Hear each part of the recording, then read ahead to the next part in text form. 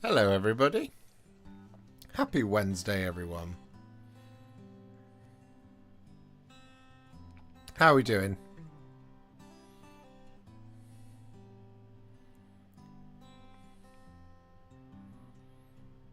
Sorry, I was just making a note. Making a note of how zoomed in we are for a video I'm filming at the moment, which I can't show you. But there we go. How are we doing? Is everyone good? Everyone happy? Everyone having a good week? Everyone energized? You're more energized than I am. Had a bit of a lie-in this morning. I overslept by accident. It's kind of discombobulated me for the entire day. Do you know what? I also, after I woke up, I had this sort of slight malaise. I was like, ugh. What? Can't be bothered. But eventually it was all fine. How is painting pink? I haven't done any pink yet, Seriad. Soon, I'm sure. Note, I love Rez. That is true, Rez. I do love you. I love you very much.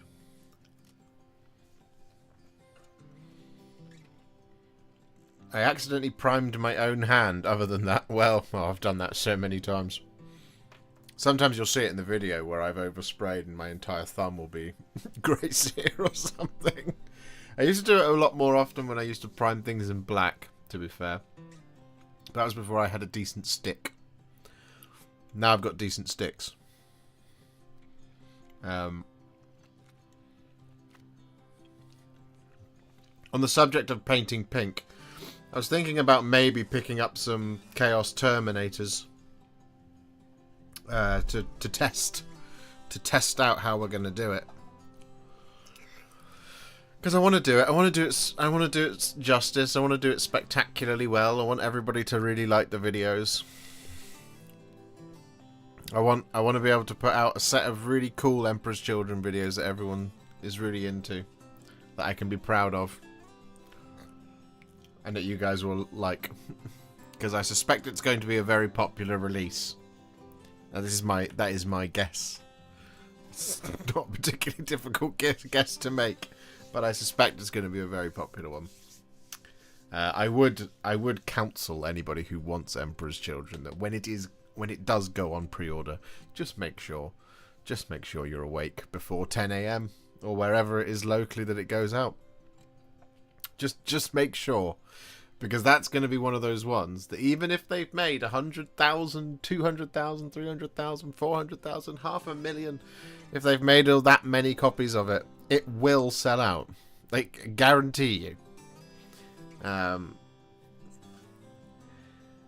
So just remember, just set yourself a reminder.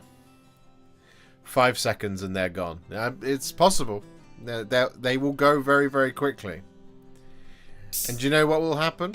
It will somehow be my fault if they send me one. They might not have sent me one. They might just not send it to anyone.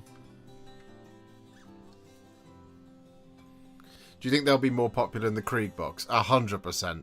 Yeah. Yeah, there's no question in my mind. The reason isn't necessarily because the models for Emperor's Children are great. It's because there's a Primarch involved. So, any army that gets a Primarch, it goes. There's no... World Eaters was the same. And World Eaters are very popular, to be fair. But, Thousand Suns aren't. But whenever anything Thousand Suns comes out, because of Magnus the Red, lots of people do it. I'm not sure EC will be as popular. See, I think it will. Even in amongst CSM players who just want alternative legionaries, because some of their models, I can't remember what they're called, any of the things, but there's the ones that basically look like legionaries, but are covered in EC stuff. People are going to want it. So yeah, I was contemplating it. I might pick up some Terminators, and we'll see what happens. How's Mr. Josh? Mr. Josh is tired. Mr. Josh has a lot to do, and not very much time to do it in. But one of the things I'm very, very excited about is I am going to Warhammer World on the 21st of May to play in a 1,000 point three game day tournament in Nottingham at Warhammer World. I'm very excited for it. And I've been sort of a bit distracted all day because I've been like, well, hang on, like what am I going to take to this thing? You know, what shall I do? How shall I do it? You know, all that kind of thing. And like the choices are endless here. Any recommendations on how to get my hands on or make a Krieg tank commander? I mean, you can possibly source one of the old... I'm certain that there is a old Forge World one that does exist. I'm sure you could source it. Otherwise, there's other means of getting hold of one. I wouldn't know what they are. You think they are finite? Well, there is a finite number of choices, but within my universe, I was looking at it, right? And I did a list. Firstly, I listed out all the factions that I could potentially take at 1,000 points. So we have Stormcast Eternals, Sylvaneth, Cities of Sigmar, Caradron Overlords, Daughters of Cain, Lumineth, Seraphon. Maggotkin of Nurgle, Disciples of Tzeentch, Hedonites of Slaanesh, Blades of Khorne, Slaves to Darkness, and Skaven. We have Gloomspike Gitz, Cruel Boys, Ironjaws, Sons of Behemat, and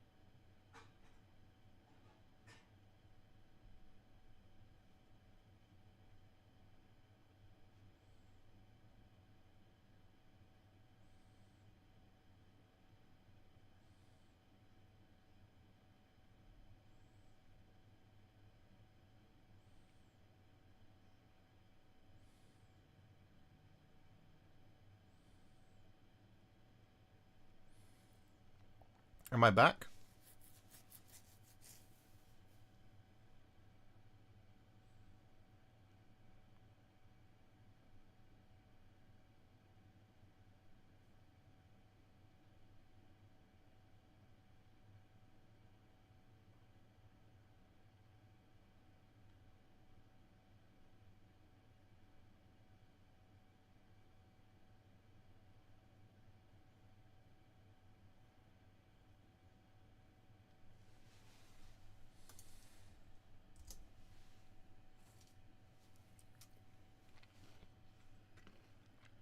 We're back.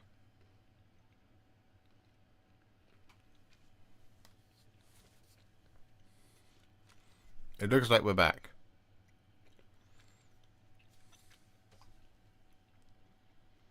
Can you hear me? Can you hear me? Or just really still. That is what I generally tend to do.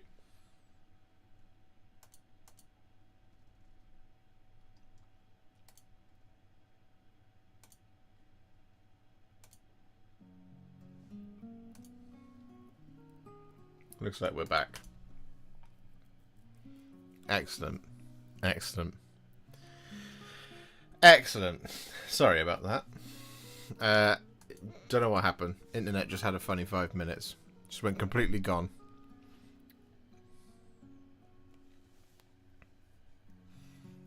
But you know what did get through? I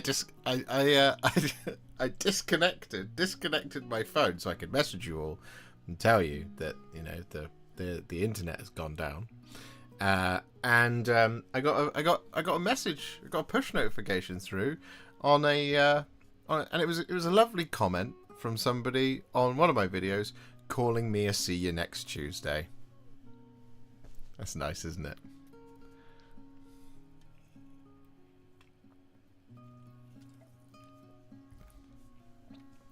It's lovely. It's just like, oh, internet's gone down. Hold on, let me just see what's that. Oh. Great. Yeah. Just... Oh, sometimes I don't know why. I don't know why I... It's tough.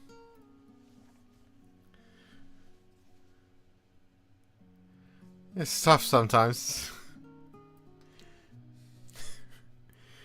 Sure, it's like sometimes you go like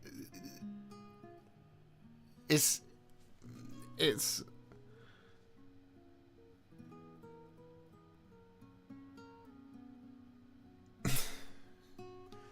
that's got under my skin a little bit.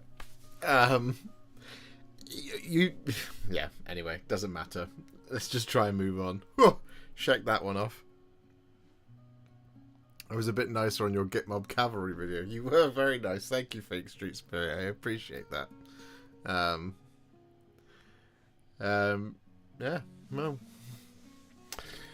Anyway, so I don't know where you lost me. I continued talking and then I just looked round and everything just gone red. I don't know where I don't know where it cut out.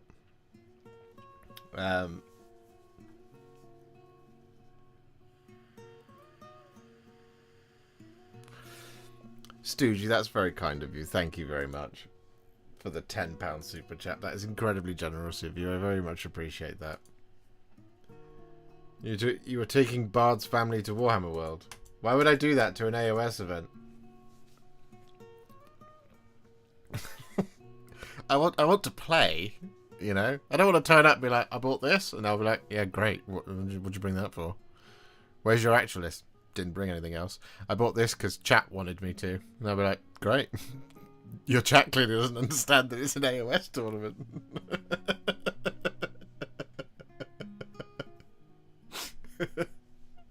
And then I'll look like a silly boy.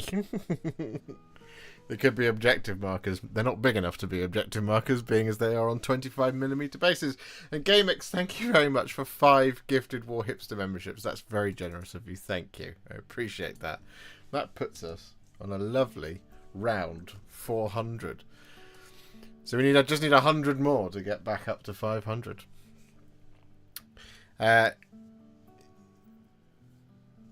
You need to bring each copy of Bard's Family chat bought and make an army of those. Well, as far as I can tell, only about 4 of them were bought.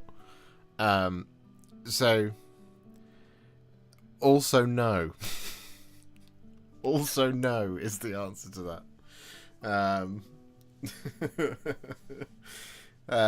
If I was going to the MESBG tournament, because there was a ticket for that. Well, there's an event of that.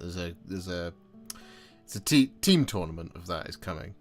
And I was like, oh, I'd love to go to that. That would be fun. That would be lovely.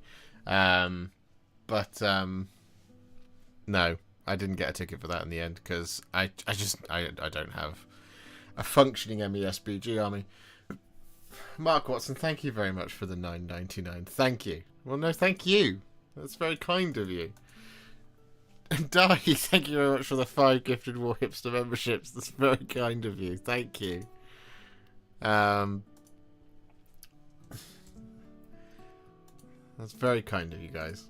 Don't worry, it's okay. Yeah, it was just like when the stream goes down, I immediately think it's something that I've done. Like I've kicked a cable out, or I've broken something, or I've hit a button, or something's gone wrong. And I'm like, oh.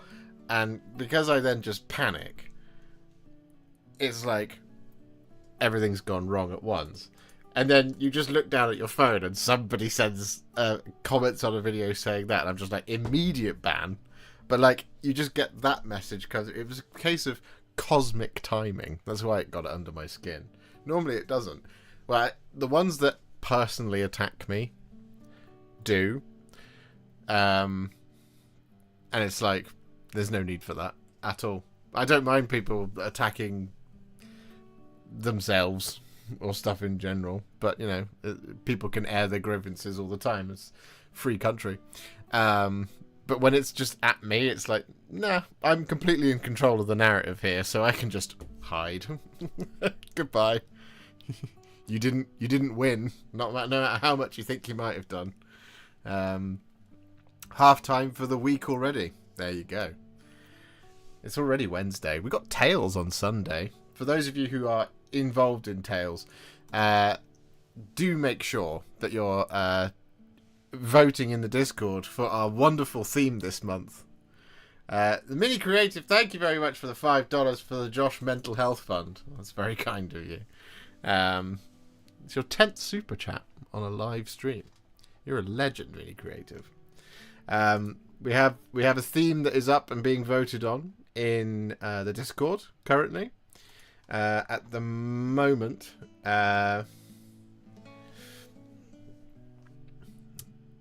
are 39 votes that have happened so far.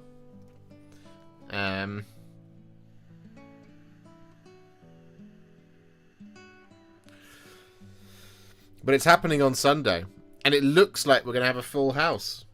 Mr. Reza says he's going to be there. Mr. Gwatkin says he's going to be there. Adam told me he would be there. So it looks like it might be the full gamut, which is awesome. Ricky Drinks Paint, thank you very much for being a member for 21 months. And then Mini Painting Dad for gifting 5 Warhipster memberships. Legend. That's very kind of you. Thank you very much. And Reza for being a member for 39 months. My goodness me. You're an early adopter then, my son. We'll be missing live tales. Out doing a whole evening for the Super Bowl. Oh, is that on this weekend? I haven't kept track at all this year. I feel really bad. I kind of just zoned out. Like last year was when the season kicked off. I was like, I'm gonna watch every game. That's what I'm gonna do. Every Sunday night. And then I've just been so busy since August last year that I've just been like, I've been too busy filming on a Sunday night to sit and enjoy a game of live sport. I wonder who will be the first with 69 months. Technically me, because I was here from day one.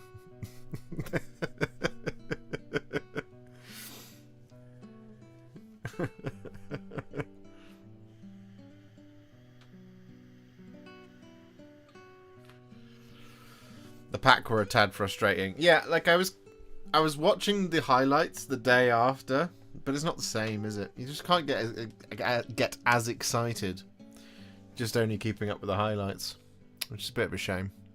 Who is it? Who is in the Super Bowl? Is it Kansas City Chiefs and Buffalo? No, can't be Buffalo. Is it Buffalo? I'm gonna Google it.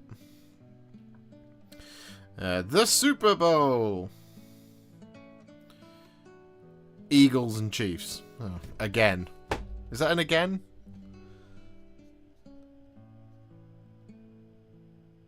There we go. Sorry, I had a meeting interrupting my Warhipster time. How are you, Josh? Hi, Captain Mannerings and Reza Prime. How are you guys doing? Hello, Colonel. Very well. Kansas City frauds versus it. Okay.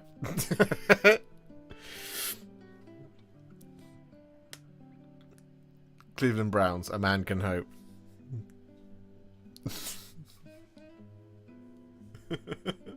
Why is at the risk of opening a can of worms I shouldn't open.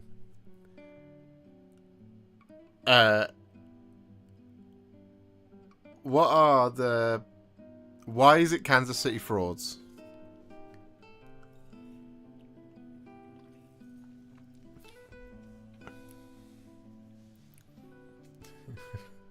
Versus the Eggless.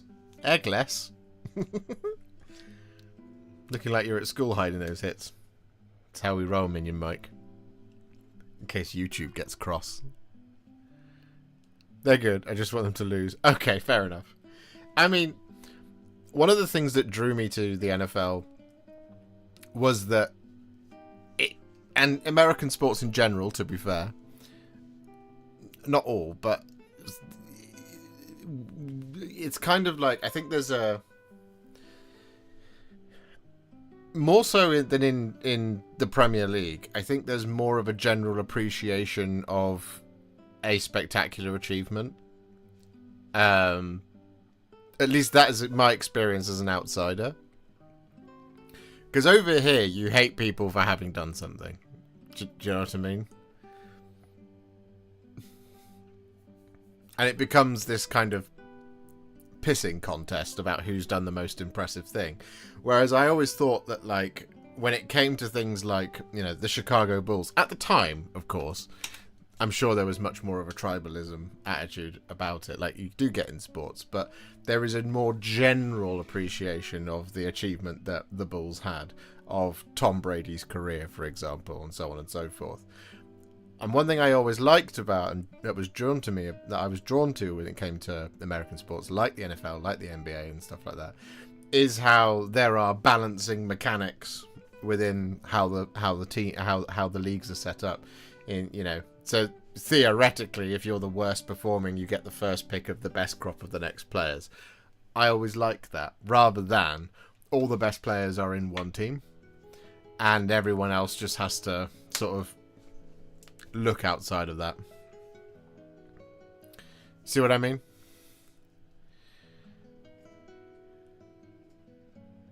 Apparently looking at Mahomes can get a roughing the passer penalty. Well, yeah.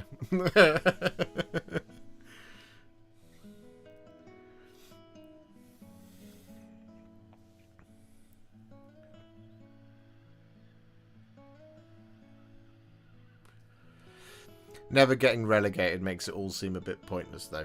Well, and then that's one thing that I think that gets appreciated about sports like football, is especially from, I think, from American audiences, is how there is a risk reward. And I think the reason the Super Bowl is such a global thing and why it's so popular and sort of timeless and endearing, I think, in terms of the sport, is that it is just a one and done at the end of the season final. It's not best of 7. Do you see what I mean? Because correct me if I'm wrong, and I could be completely wrong on this, but the NBA final is a best of 7, right? And the World Series is a best of 3, isn't it? Or something? Or is it a best of 7 as well? It's not like a one and done thing, whereas the Super Bowl is you win it all or you lose it all. And that's why it's so exciting. And it's like, yeah, well, that's what we do in the FA Cup, the League Cup, the World Cup, European Cup, so on and so forth. World Series is best of 7. Right, well, there you go. Which, you know, both things have their merits. Of course they do. But I think that's where the excitement comes from for something like the Super Bowl, because it is just that, like I said, it is just that one and done outing. You win it all. You lose, come back next year. Got to try and get there again.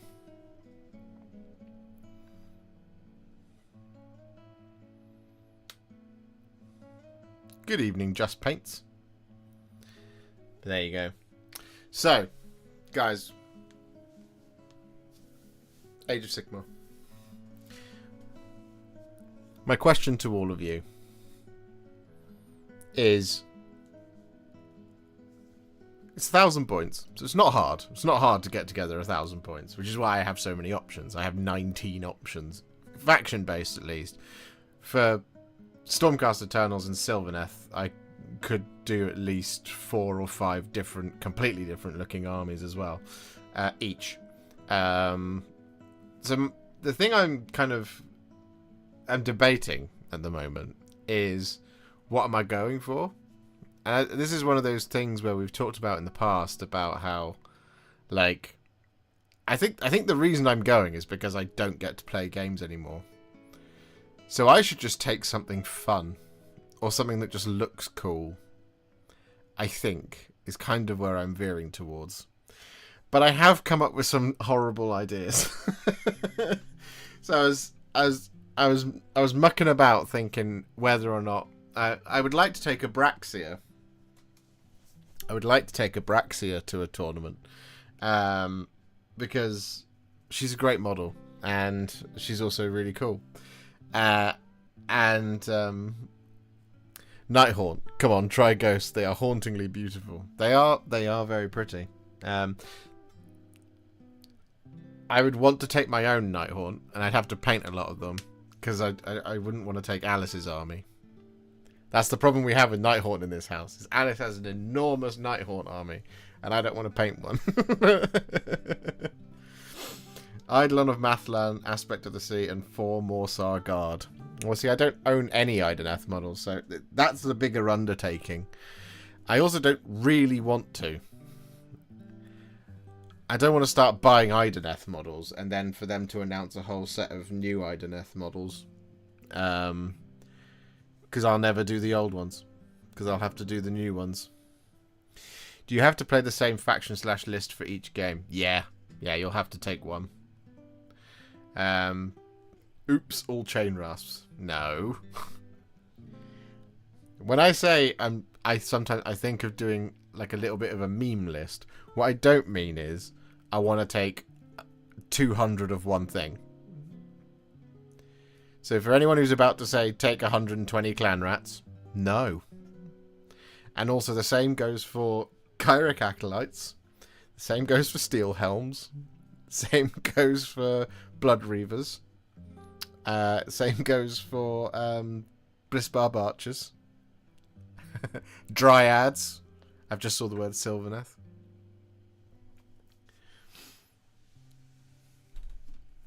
I prefer the middle ground of something you enjoy and looks nice, but not something so terrible that you get absolutely hammered every game, because that isn't particularly fun for me anyway. I've never experienced being... like, that sounds really big-headed. I've never experienced being hammered every game. My general record at tournaments has always been positive. It's always been 3-2, 4-1, 5-0, 2-1. It usually is how it goes. And I kind of feel like I should play on hard mode a little bit at times. So I was thinking Abraxia, and then I thought, well, we could take Swords of Chaos, and I could just paint another unit of Varangard, and the army is literally 1,000 points on the nose, is Abraxia and 6 Varangard, and that's it, 7 models. But that feels a bit mean in 2,000 points. Oops, all Mega Gargants. What are the points on Mega Gargants? I haven't actually looked at them for a long time. Sons of Behemoth. Sons of Behemoth. 1,000 points. Doesn't matter. 1,000 boys. Let's just call it that. Add hero. The only Sons of Behemoth miniature I have that is fully painted is King Brod. And it's the one I can't take. Because it's 520 points. Damn it! What a shame.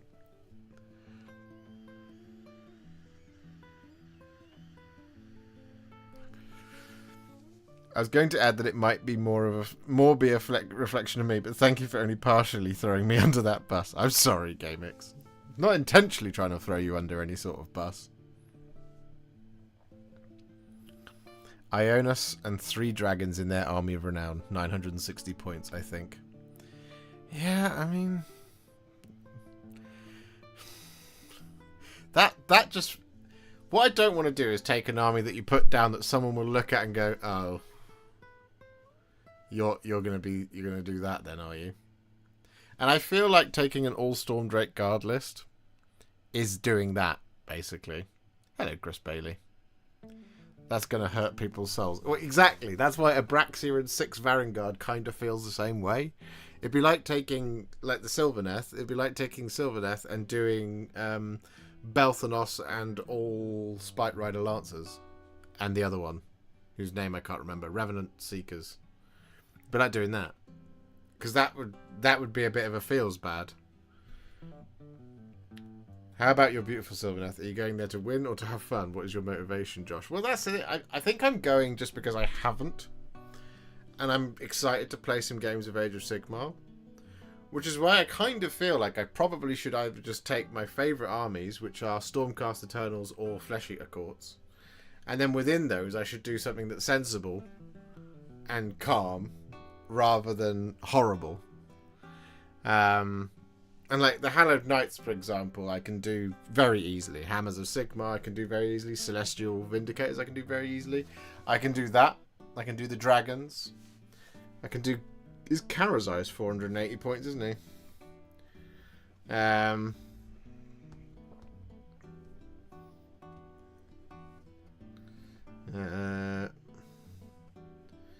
Add Karazai. I mean, Karazai, yeah, 480 points. So Karazai could go.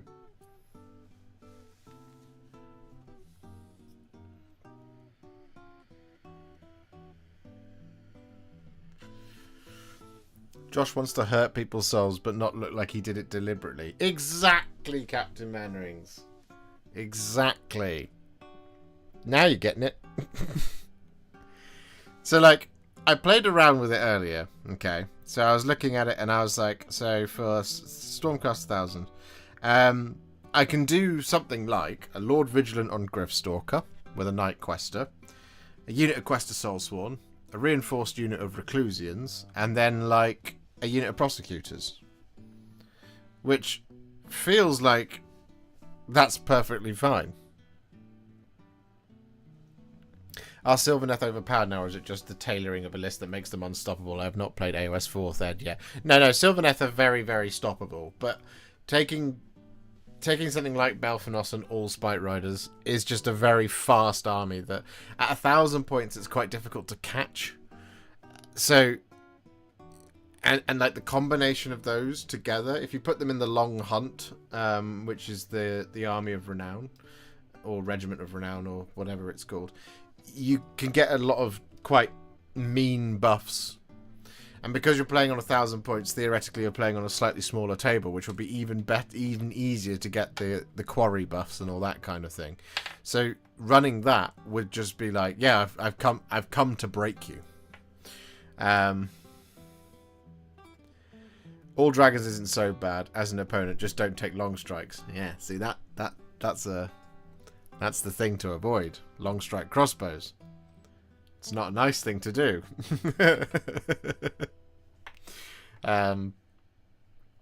It's a good job you can't do things like take Archaon, because he would be 800 points plus, so he would take up over half your army, which means you're not going to run into anything like that. But also you can't then also deploy that, so you're not going to see Archaon, you're not going to see Nagash, you're not going to see Alariel, you're not going to see Kragnos, you're not going to see anything like that. So it will be much theoretically it's more people have come to have fun, and I feel like that's what I should do, is I should go to have fun. And I also can paint some stuff for it, but not too much, because if judging by what the last 2 months have been, and we're not even 2 months into the year, right? It's what, the 5th? Yeah, 5th of Feb. So we are 36 days into the year, and every weekend has been absolutely jam-packed, right? Marathi would reckon that format. How many points is Marathi these days?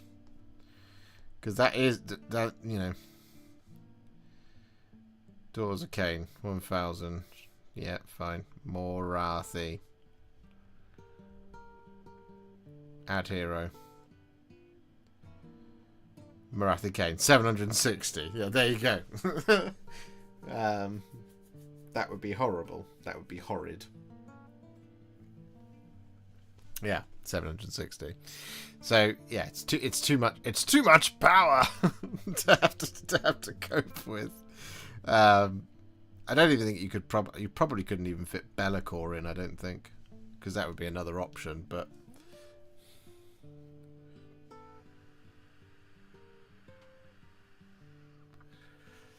It's down to your two favourites, Stormcast Eternals and Fleshy Accords. Both cool armies. Which one was the last one you played at a tourney? It's the last time I went to an Age of Sigmar tournament.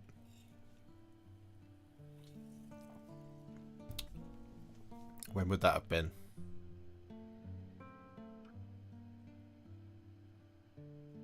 That was a long time ago. The last Age of Sigmar tournament I went to was a doubles event. And I went with my friend, not our Adam, but a different Adam. And we played Stormcast and Stormcast. And I took the twang and he took the bang. Is how we ran it. So I had 20 Judicators. Was pretty much my army. I think that was first edition. How about drafting 3 factions and then adding up your video views and pick the most loved by the hipster community? That's a really good idea, Fake Street Spirit. Should we have a look? Let's have a look, shall we? Let's go to Josh's YouTube channel and see what we have. Playlists. That's the best thing to look at. Scaventide, Caradron Overlords.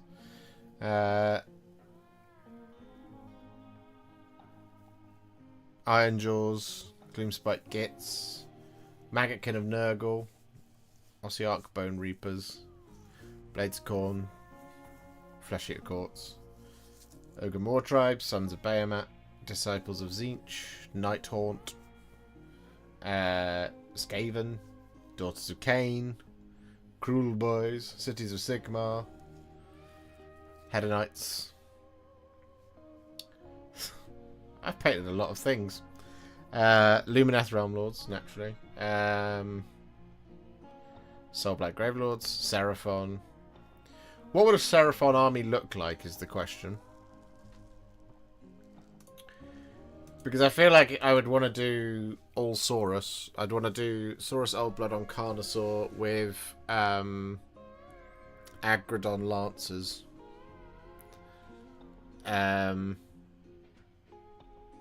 Because that would be fun.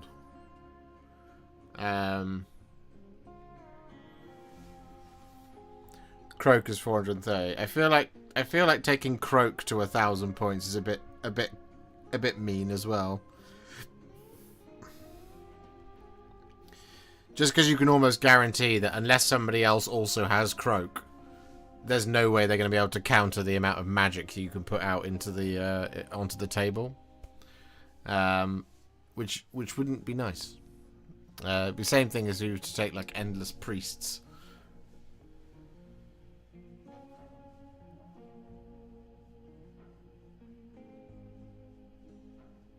Oh. I also don't have any of the skinks that would work well with Croak. They're pointed quite aggressively as well, aren't they, Seraphon? So you're probably looking at like Croak and 20 Saurus warriors, and that would be it, I would guess. I don't know how many points Saurus warriors are these days, but everything's quite expensive, as I recall, in Seraphon. Grand Alliance Order.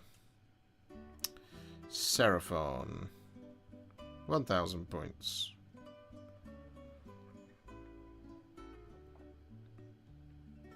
Add hero, Lord Croak, 430. 160 points for some Saurus warriors. I would have to paint quite a lot to do this. Unless I was to take... No. No, it wouldn't work. Yeah, it's a lot of work to put in. You see what I mean? Yeah, tis a quandary. And it's only February 5th. We've got until March 21st to decide.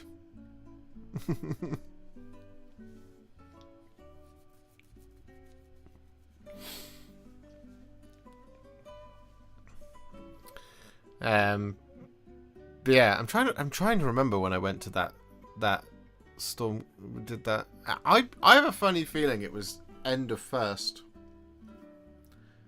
I think it was end of first edition that I went to that doubles tournament. So this will be the there's been 2 editions, so it's been at least 6 years, maybe 7 years. Soulblight. Soulblight is an option, because there will be the Soulblight release that comes out, hopefully, between now and May 21st. So there will be the new Barrow Guard and all that kind of thing. I have some skeletons I could build. I need to do... there's the characters that are coming with it. Soulblight are a possibility. Hello, Mr. the Pridders. How you doing?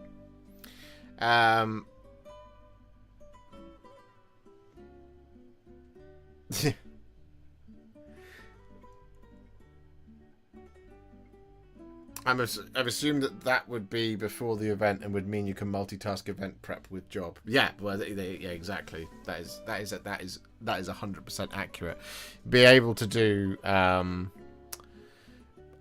think similarly to that, if we were to do one of the two new ones that we know about, there would be Soulblight Gravelords or Gitmob. Because presumably between now and then, there will be a Doomdiver Catapult and Snarl Boss on Chariot that will also come out. And the Snarl Boss and plus the Wolf Git Retinue. So presumably all that is still yet to come. And hopefully, Games Workshop sends them to me. Hello, Sir Strumming Fish. Hello, Chris. Dropping in from the Great Hall. Has Liam concluded things now, has he?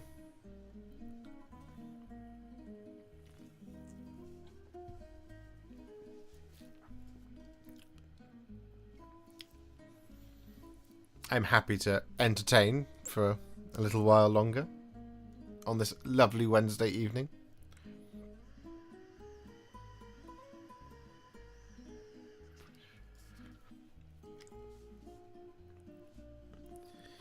From reviews, Doggo Gitmob would be hard mode if you are after a challenge. So here's the thing about Gitmob. Gitmob are exceptional at not being tied down. They are exceptional at it. They don't hit hard at all. They don't do any damage. They do some damage, but there's a complete and utter lack of rend in the Gitmob, apart from the Doomdiver, which has a -3 damage 3, or some insane thing like that. The Doomdiver does a serious amount of work. I don't know how many points it all is yet. I don't know if they've updated that. Should we see if they have updated the battle profiles? Downloads, Age of Sigmar. No, that's news. Downloads, Age of Sigmar. Because I'm interested to know. No, they haven't. They haven't updated it.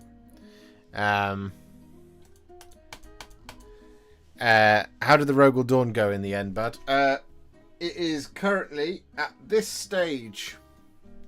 We could do a little bit more work on that, I suppose, whilst we're talking this evening. I've done the main part of the turret and the body. Brum. Points are mentioned on Goonhammer. Are they indeed? Why do they get them and I don't? Let's have a look.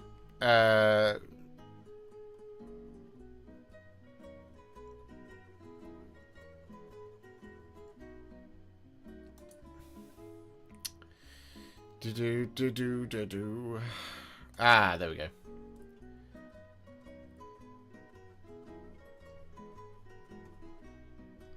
Oh, I don't want to have to read the whole thing just to find it. Let's have a look. Points.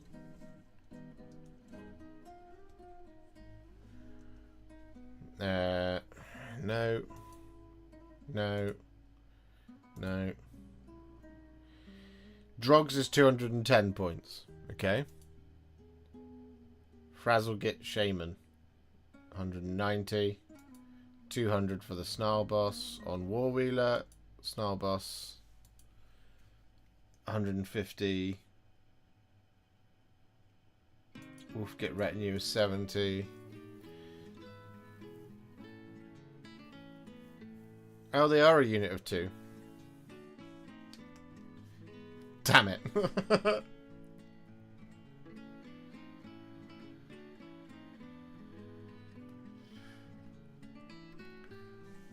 Yeah.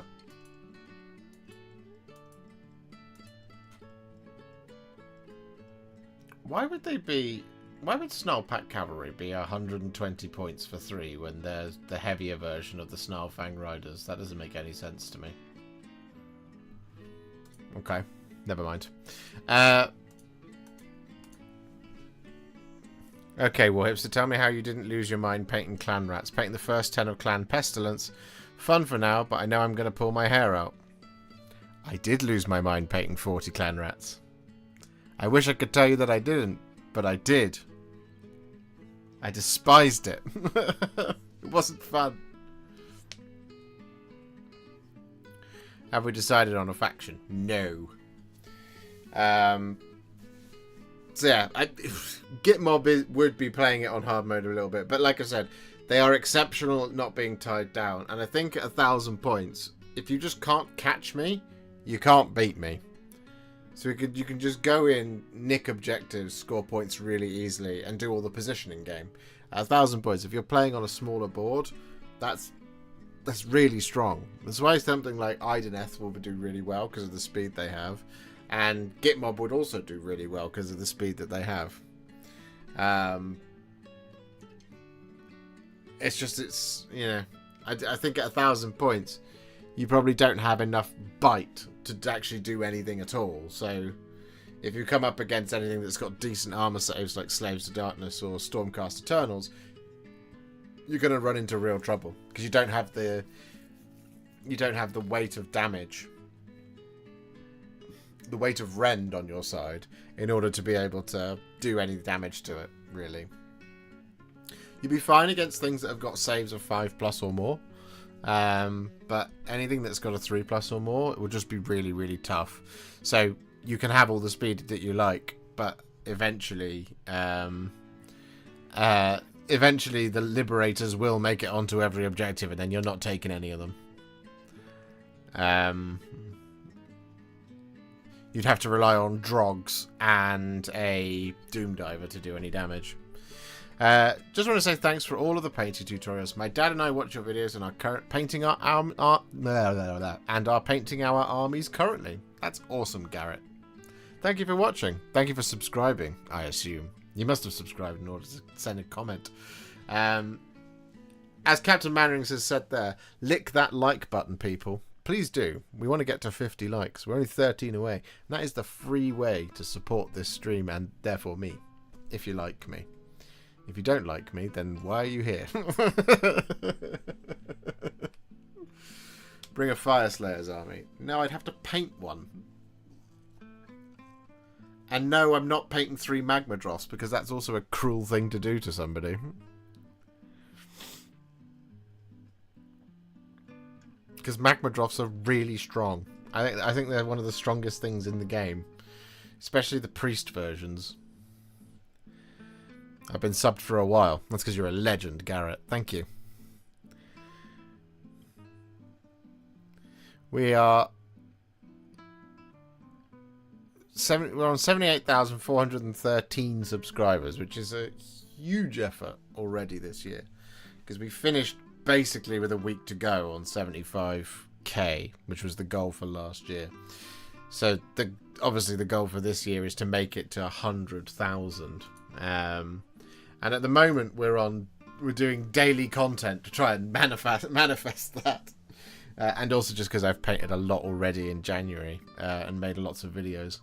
And I realised on Monday I said I would do an Eldar video yesterday. I will do an Eldar video tomorrow. There will be we'll do Bael'tan tomorrow. Because that will be a nice simple one for me to edit. We'll put Bael'tan out tomorrow, and then we'll do Sunstealer Wheelers on Friday. And then we have a video on Saturday, which you can all guess what it is. You probably know what it is. But I can't confirm, nor can I tell you what it is. And then Sunday is Tales, so we don't have a video coming out then. We have a stream. And then we'll be live again on Monday as well. Did I see your name mentioned on Warcom the other day? You did. You did. There was an article, I think yesterday, where they mentioned my name. Avatar of Cain. That video already exists. There is already a Contrast Plus how to paint Avatar of Cain.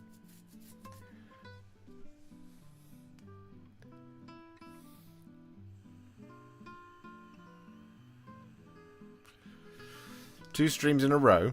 God, we're getting spoiled. Hello, everyone. I'm just, you know, I'm a good guy. I have a lot of content to put out. We started doing content this year. This streak that I have been on. The streak that I have been on began on the 9th of January, I think. Yeah, 9th of January. And there has been a video or a stream every day since. So that is 9, 10. There was 1, 2, 3, 4, 5, 6, 7, 8, 9, 10, 11, 12, 13, 14, 15, 16, 17, 18, 19, 20, 21, 22, 23, 24, 25, 26, 27. It's a 27-day streak.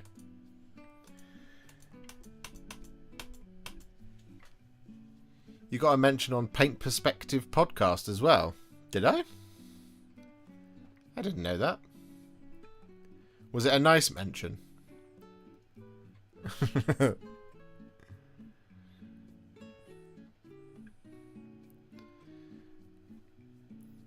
Don't overdo it.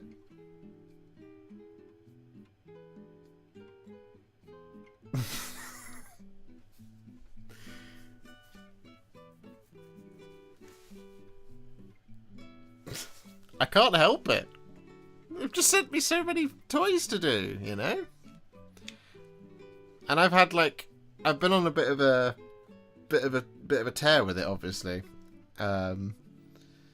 So at the moment in hand we have Snarlfang Riders, Sunstealer Wheelers, and we have Baeltan, Samehan, Eandon, and Elatok. We have 6 videos that are yet to come out. I'm currently working on 3 videos, which would put us up to 9. And then I have 10, 11, 12.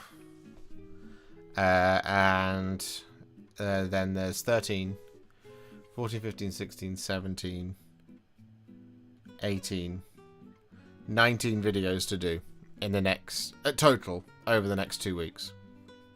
And there's not enough days.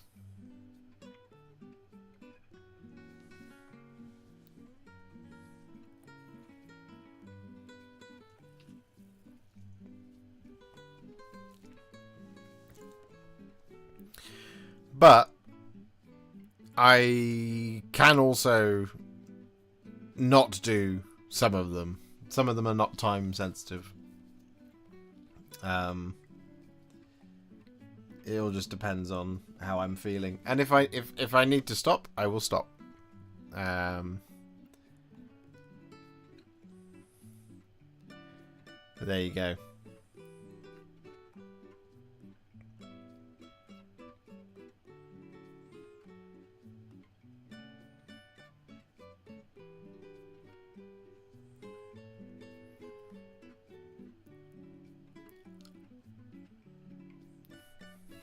I'm a busy boy, eternally, and there's never enough time in the day.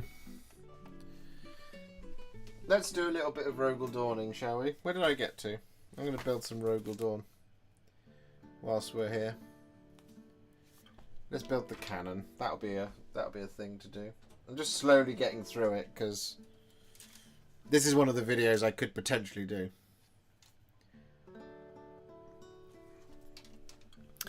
Hey Josh, looking forward to your Warhammer community article. I am too. I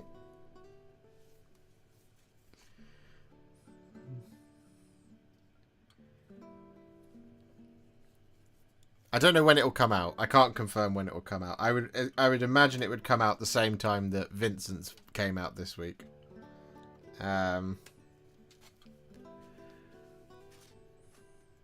We are getting daily content, but don't burn out. Oh, don't worry. I am fine at the moment. I'm okay. I don't have time to be burned out.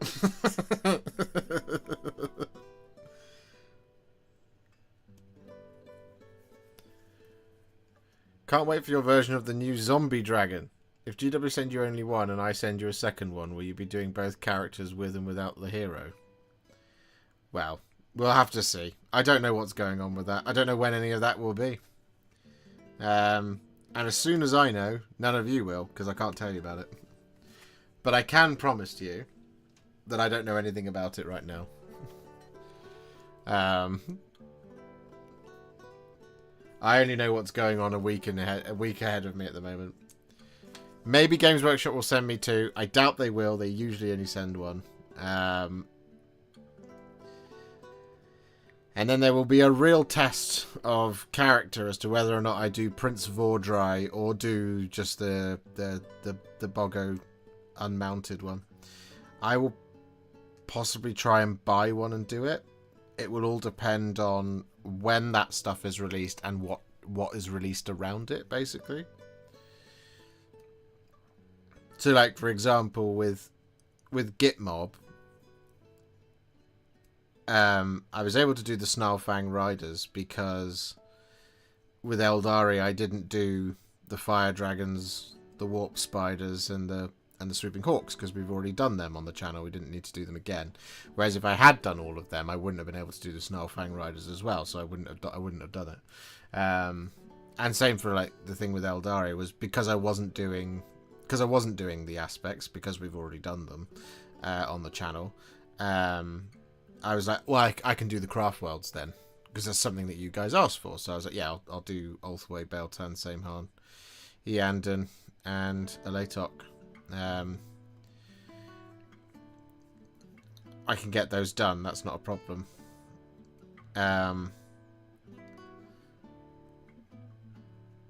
Thankfully, Guardians are very simple models.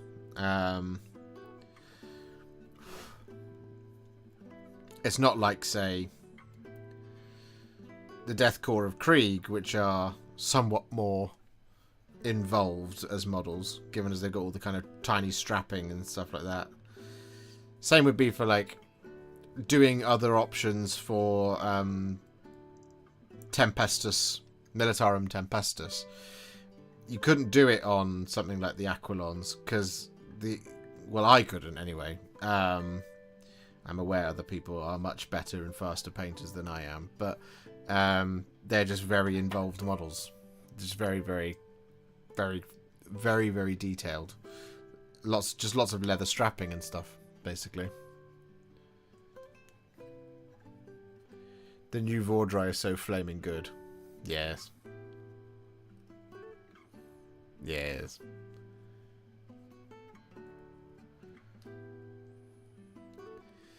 The new Vordry is so flaming good. Oh, it's lovely, isn't it? It's very lovely.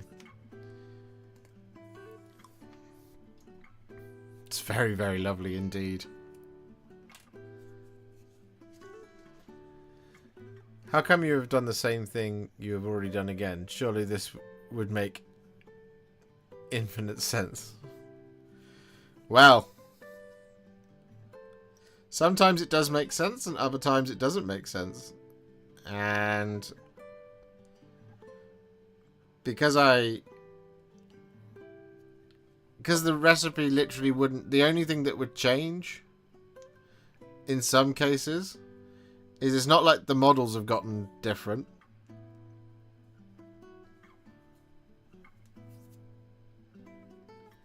So the only thing that changes is you don't use Basilicanum Grey and Black Templar, you use Black Legion instead. So I can put a video out that says that, but that doesn't, that's like, yeah, cool. It's a 10-second video. Whereas, when it comes to Space Marines, unfortunately, every so often they do whack out something that does look a little bit different to something else. So it's like, oh, how would you do that? It's like, well, I'd do it like this. And it's always the same. It's just a case of, oh, actually we're using a bit of yellow here rather than red. Or we're using a bit of green here rather than blue.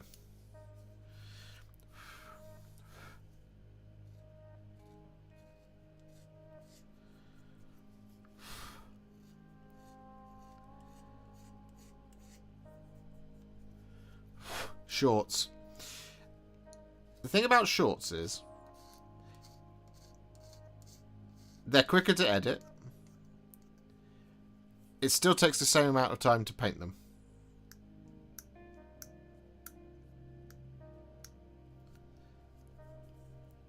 Hey man, just wondered if there's any older versions of models you prefer than new ones. I like the old Wolfen more.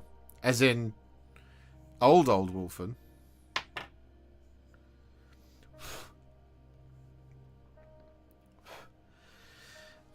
I don't know if prefer is the right word. For me, personally.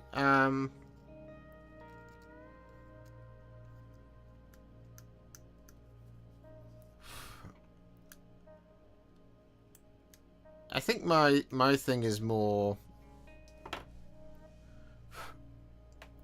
Yeah, I don't know. I don't know how to answer that. I'm not sure there are any, really. I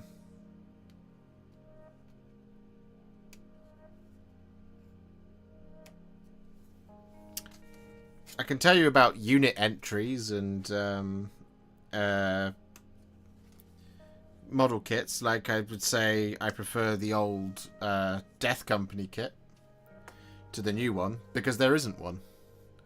There is not a Death Company kit. It doesn't exist anymore.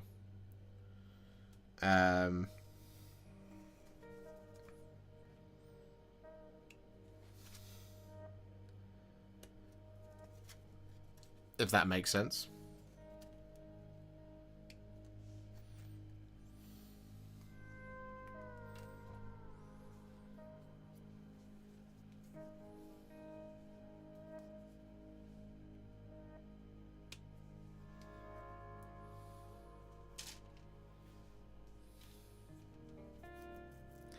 Should have republished the old video. No.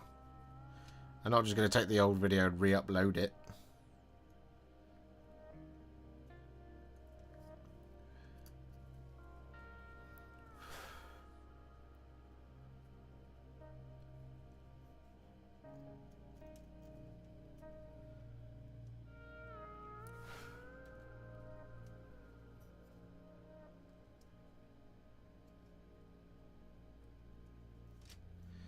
That would rely on me still having the footage for it, which I definitely don't.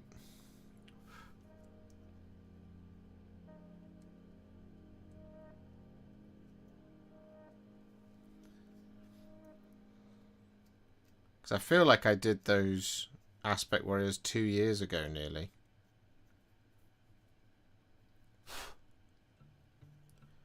I think it was 2 years ago. Not entirely sure. I know I was only because I was looking at my insights last night. I was just, you know, kind of trying to figure out some data stuff, and I was looking at it, and I saw that the Lion is nearly two years old now. Believe it or not, that model came out nearly 2 years ago.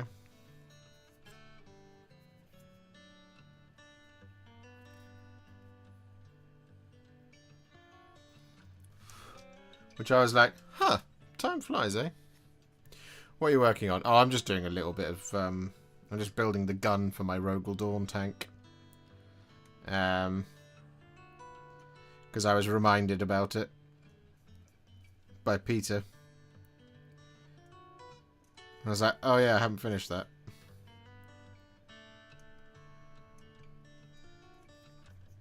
Just putting together the main gun, the main turret weapon.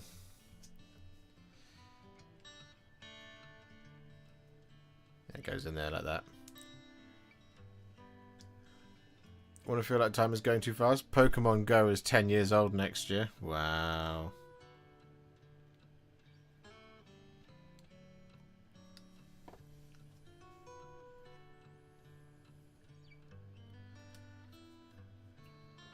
Really? Pokemon Go is 10 years old?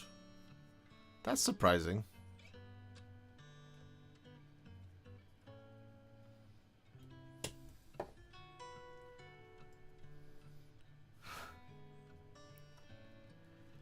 You can do private, then republic the video. It will pop it back into everyone's feed.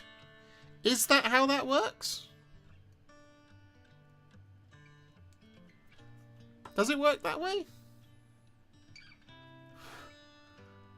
I mean, I know you can obviously do that, but like, I don't know if that doesn't count it as a new video, does it?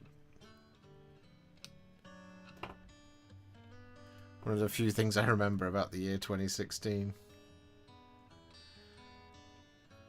What was I doing in 2016?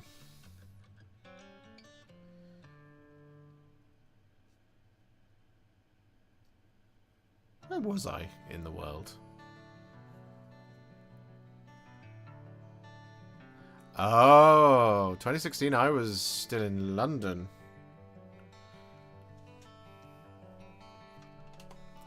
2016, I was living and working in London for Sky, and I was, yeah, I remember I was playing, I played Pokemon Go in Derry because I was doing some work there at the time. There you go.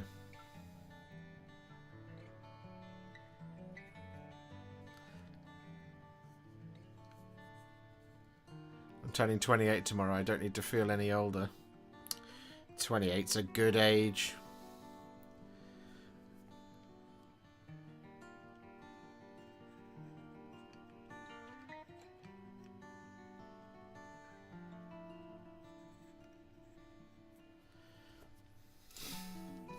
Also, happy birthday for tomorrow.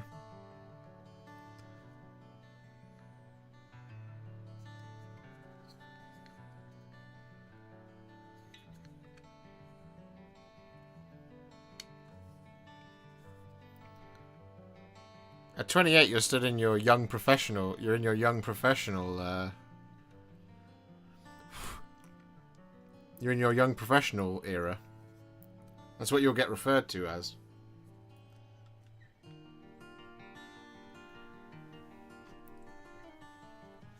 How'd the Rohirrim tutorial videos do? Any more videos coming for MESBG, or do you not get sent the resin kits? There are some more MESBG videos coming. They are part of my this is the stuff I've got to do series of things.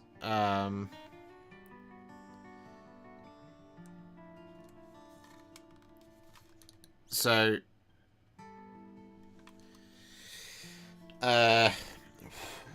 they don't send me everything though. So they didn't send me Hera, Bride of Death, but I bought it to do it.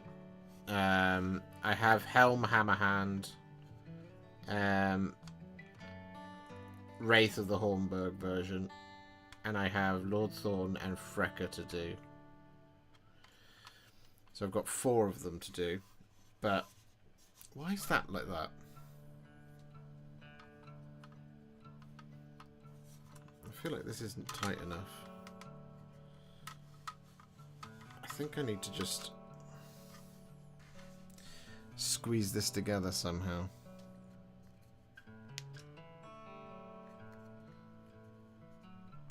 So it's a tighter fit.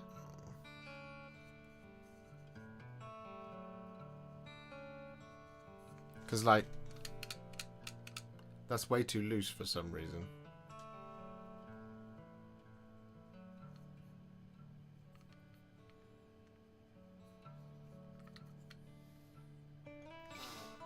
How do we go about that?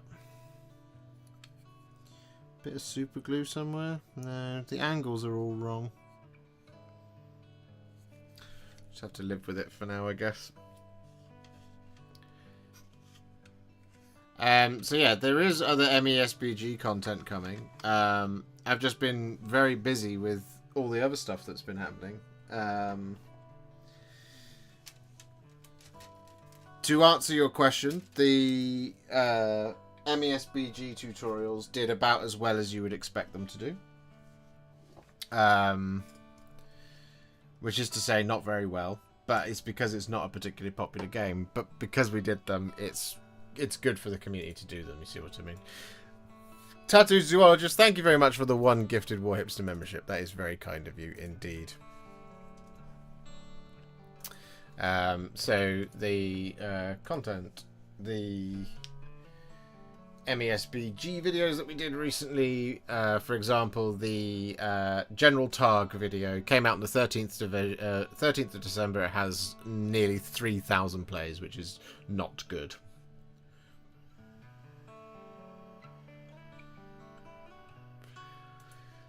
I think the Warriors of Rohan did okay. Yeah, they did alright. But everything else from that box didn't do very well at all. Hello, Zero. How you doing? There we go. We've done another page of the Rogaldorn. That's good. It's good work. With its floppy gun. I might have to prise it apart. Justice for Bard's family. Thank you for the £5 super chat. I think there's some certain MESBG models that will probably be one of your best videos. We all know that they won't be.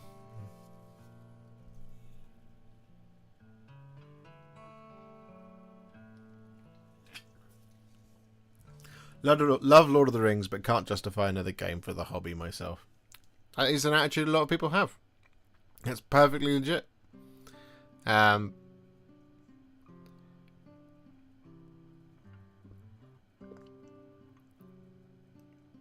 You know, I said this at the time, I think the popularity of those new models that came in the War of the Rohirrim box relied on the quality of the film. And I think I loved the film personally. I thought it was very good. As soon as it started, about 10 minutes in, I was there. I was in the world of Middle-earth and I enjoyed it thoroughly.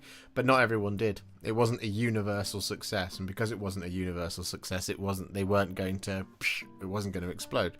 This is what happened.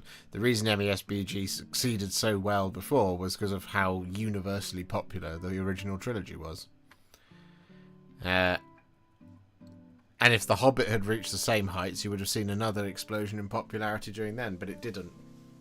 Because a lot of people had a lot of problems with The Hobbit. And the same thing because of War of the Rohirrim. So if it wasn't the best film ever, it wasn't going to cause a massive explosion of popularity. And it's an unrealistic expectation to have things to be the best film ever, or to be the best book ever, or to be the best model ever, or to be the best anything ever. It's an unrealistic expectation to have of everything, because everything isn't going to be the best thing ever. Because if it was, then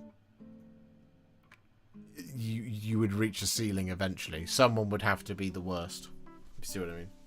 See you later, Philip. I hope you're okay. I hope you have a good rest of your day.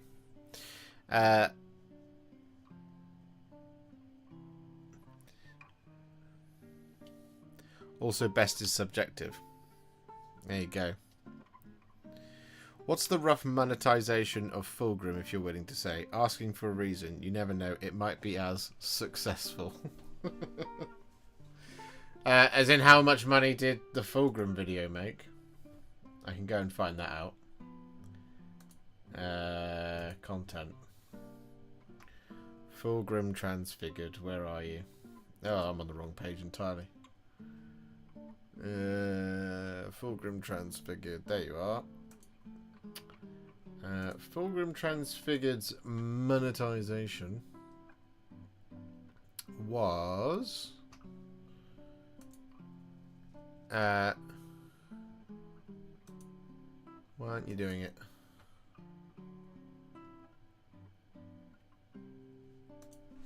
Hit the refresh button. It was £52 is how much money the Fulgrim video made from 14,000 views between now and when it came out 2.5 months ago now, I think. Something like that.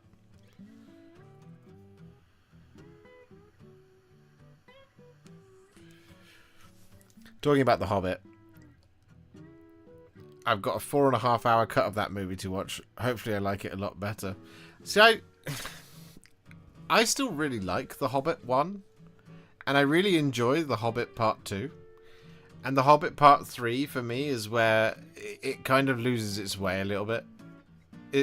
In my opinion. It's just... I like the theatrical cuts of things. Like, I prefer the theatrical cuts of The Lord of the Rings to the director's cuts and to the extended editions, because I adore the theatrical cuts. The theatrical cuts are the things that just, you know, that made it for me. So it's that pacing of that version of that mirror that is my favorite version of it to watch. I need my Alfarius. Games Workshop, you fail me. I know. Mirkwood Warriors came back in stock, as did Glorfindel. The Hobbit looks jaw-dropping in 4K on a good TV.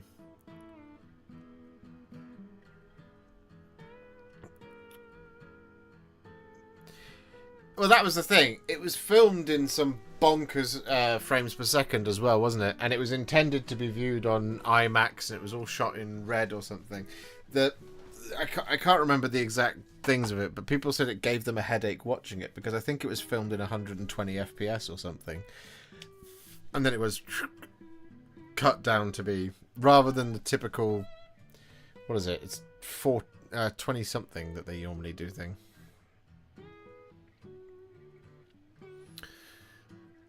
Do you think Fulgrim will spike after EC is out? No, not the Horus Heresy version.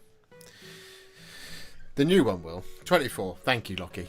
24 frames per second is typically what you view a film in. And The Hobbit was filmed at this crazy high resolution, which is why it then looks more appropriate now that you as an audience are more used to seeing things on faster TVs. You can watch it and it makes more sense. Lord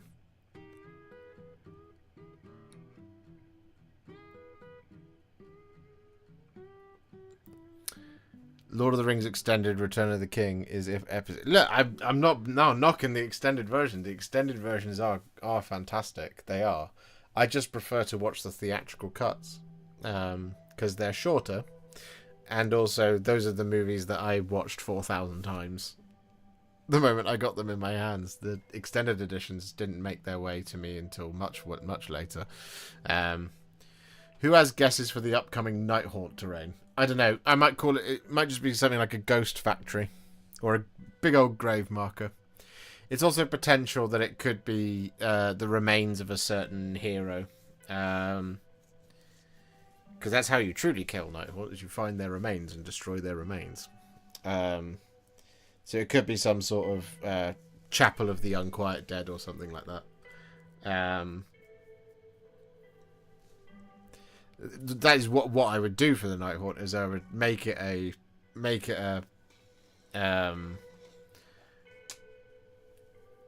thing that is a barrow full of their remains or something, which gives them bonuses to fight when they are within range of it, because they fight extra hard to protect their remains, because otherwise they get the full true death.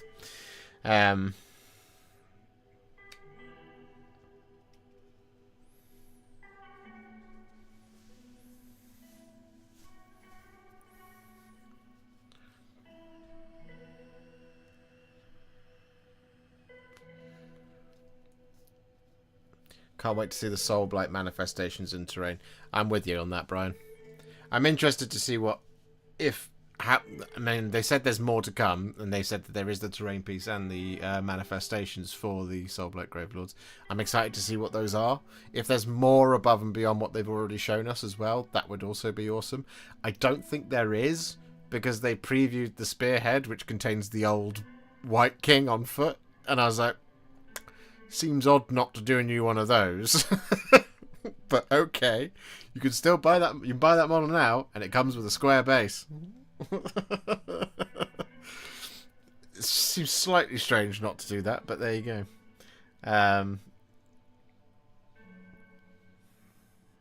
125mm base and a gravestone, £35, please. Now you're getting it, Captain Manrings. That's how you run a successful business. And you know what? We all buy it anyway.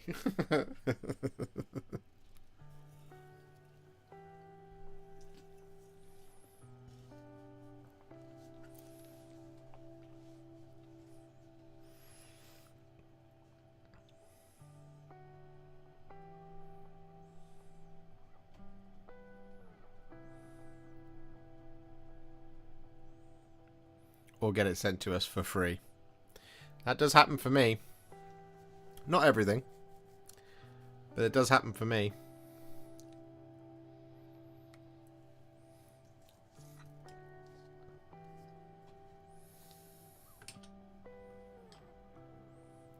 I'm a massive Tolkien nerd. There's nothing to be apologising for that for. Does that mean, Keith, do you have one of these?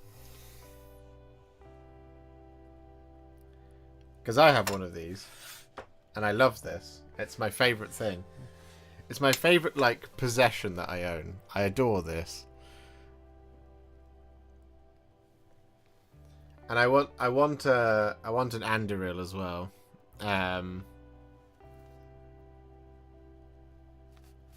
But I want a proper one of those.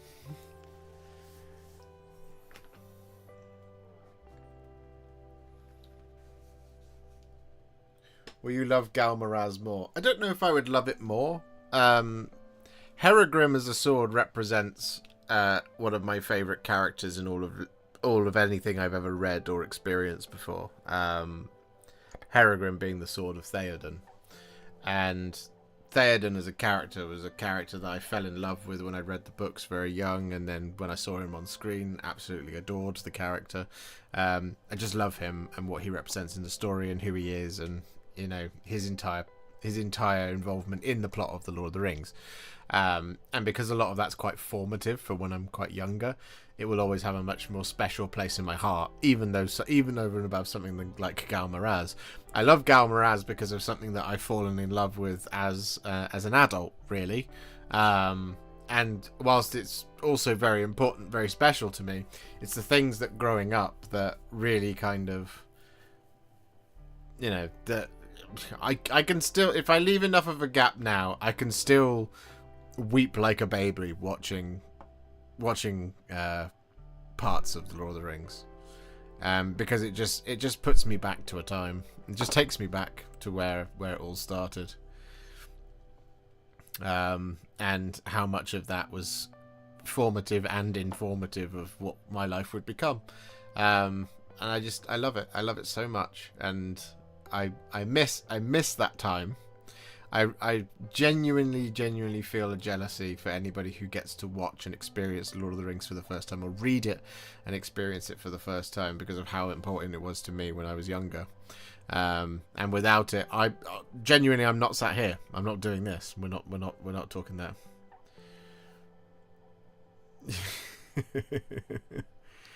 Do you hold the sword when you watch the movie? No. I would dress up in the entire armor if I could. But with things the way they are, and me being sensible, I don't own an entire replica suit of the armour of Theoden, because that would cost a lot of money I don't have, and if I spent all that money on something like that, I wouldn't have any money to spend on this YouTube channel, which is the source of my income. So if somebody wants to buy me the entire get-up, I will watch the films dressed up as such, but that is not something that I can pass off myself and comfortably do, because I just couldn't spend that money on something that wasn't going to be invested back into the channel, basically. Stop it, Josh, I'm tearing up here. That's what we do around here. I occasionally hit you with some sentimentality. I have some seriously fond memories of the theatrical Lord of the Rings movies myself, because Return of the King was probably the last time I managed to get my whole family to do something together. Yeah, very similar in our household as well. And like the Lord of the Rings, and consequently Lord of the Rings Warhammer, I think is one of the last things that myself and my younger brother just love kind of, what would you say, universally. I think our tastes obviously change and diverge, and you have different opinions on different things, and that's absolutely exactly what should happen, right? But the Lord of the Rings is kind of the last stop for Ben and I, my younger brother, and we spent hours and hours and days and days and days and days and talking and enjoying and experiencing and playing Lord of the Rings and Lord of the Rings Warhammer, and that's what we did from about the age of, what would have been about 12 to 17. And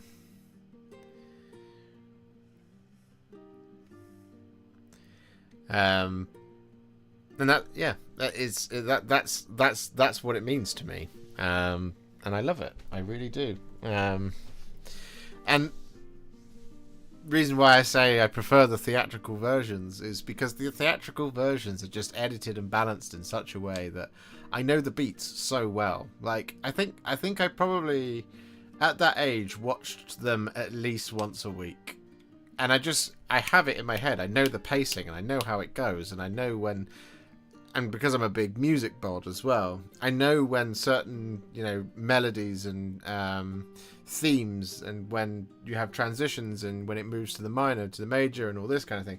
I know when that's supposed to happen and what frame that happens on. On the extended editions, it doesn't happen that way. Things are slightly different there. So there's passages of music that I'm not familiar with, or they take something from somewhere else and put it there in order because it fits, and this, that, and the other. Because obviously it wasn't intended for full release. So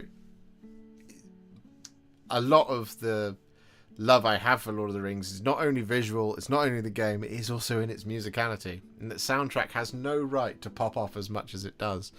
And a lot of my emotional beats come from the soundtrack as well, because I studied a lot of music at that age, and I know it inside out. And so, it's things like just... It's not what I'm seeing on screen, that sometimes it's what I'm hearing at the same time. The big emotional moment at the end of Return of the King, my friends, you bow to no one. It's an emotional moment in and of itself, but the way the music, Howard Shore just guides you through it, you just drive straight into hope at that point, with the main theme, and it's the biggest it ever gets in all three. But it's when all of those strings come in, as they do the big panning shot out, and you see the whole of the top. Every time I will burst into tears. I'm getting emotional thinking about it now.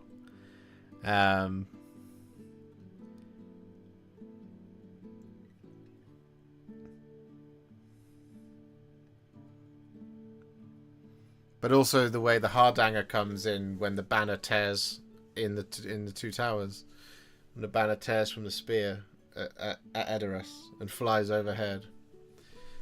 It's that moment.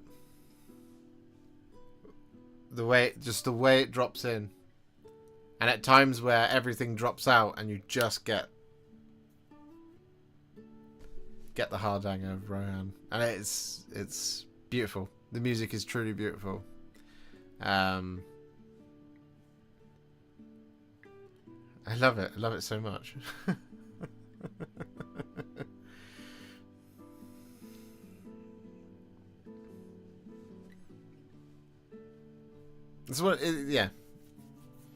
It's one of those. Theoden's response to his son's death gets me every time. Yeah.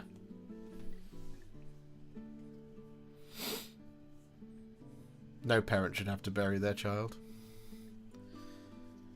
He was strong in life.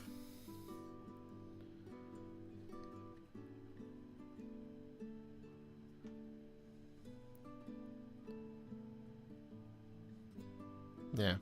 It's a beautiful... Yeah, I mean, obviously, there is a... I like to sometimes think about that sort of direct correlation to where I was and where I am now, and just like kind of draw the path of how we got there. And that's why, like, I'm not doing MESBG every day. I'm not. And I'm not making videos about the Lord of the Rings. No, I'm not doing that every day at the moment. Of course I'm not. I'm doing other stuff. You see it all the time. We're doing 40k, we're doing Age of Sigmar. All of it's related. All of it comes back to the Lord of the Rings. That's where it all kind of really kicks in for me. But because of all the experiences I've had throughout life, I've got to where I am now. And because of that journey, we're sat here and we are talking across oceans about our love for the same thing. And it's wonderful. It's beautiful. And, you know, we have talked in the past about whether or not this job is a dream come true. It is a dream come true. I'm doing something that the young me never could have ever dreamed of, but never even thought that was a possibility to have, without, you know, doing it for Games Workshop, as it were. But then it was just like, you know, you think, how do you even get there? Like, that's not even sensible. That's not, come on. And, you know, I'm here now and I'm doing this and we're streaming, we're talking, we're hanging out, we're speaking about things like this. And again, like I said, worldwide, just uniting over that single thing, and it's one of my favorite things in the world, and it's a very special, very, very special thing that we have here, and I will always cherish it forever and ever. And I cherish this time that we have together now as much as I cherish that time from the past, from where we got to, from where we started to where we got to now.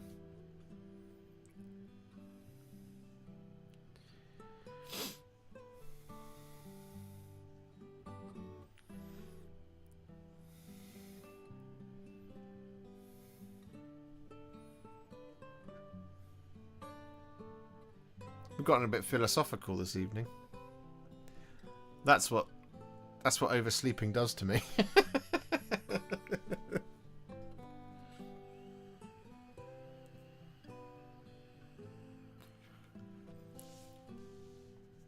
Need to go rewatch The Two Towers. See, another moment in The Two Towers for me is music-wise, is many of these trees were my friends. It is that moment when Treebeard walks out of Fangorn Forest, and the music that plays as he says, "My business is with Isengard tonight." It's honestly the quiet, the solo female voice that comes in then. It's just, it scratches all the right itches at that moment. It just it's perfect. It's perfection.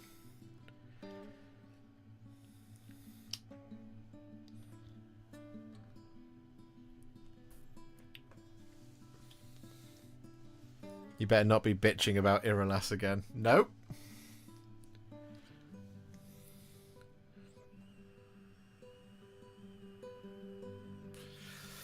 I need to take you to see it with a live orchestra and choir at the Royal Albert Hall. I would love to see it, Adam. I can't do it. It's too much. I'd have to leave. It speaks to the very strings of my heart. And to experience it like that full force, it's too much. It's like looking directly at the sun. I can't do it. I wouldn't be prepared emotionally. Just couldn't handle it.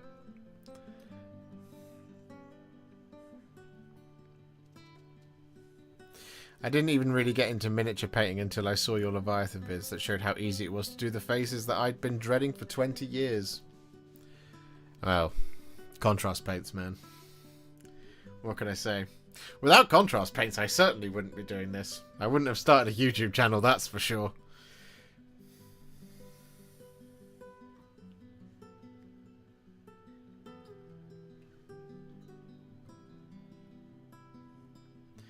Everybody cries at several moments, not least my friends, you bow to no one.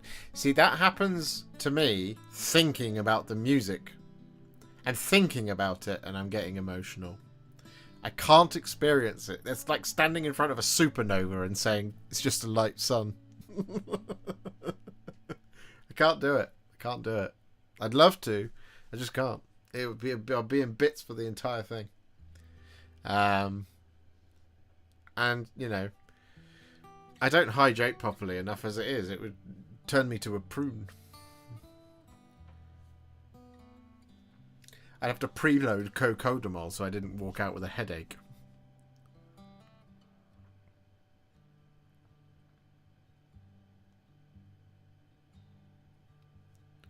I just built the new helm. It's such a good model. Yeah, that new helm model is lovely. I'm hoping to paint it next week. This is the thing of, you know, to go back to the original question when we all got all misty-eyed. I'm hoping to paint some MESBG next week. There's a thing I have to do next week, and then I want to do the other MESBG stuff for next week. So here's hoping. You know, time notwithstanding, it is all reliant on whether or not I have enough time in the day. So glad I started this convo. You did. You did indeed. That magical gent ADR Wargaming is here. He is indeed. The legend himself. The man, the myth.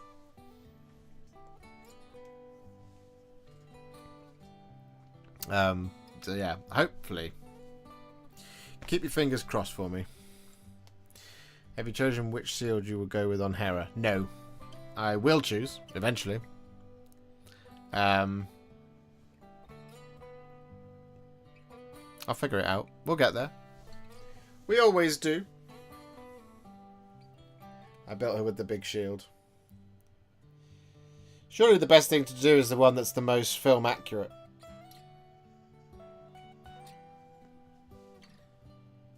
The sword pommel bit was really annoying though.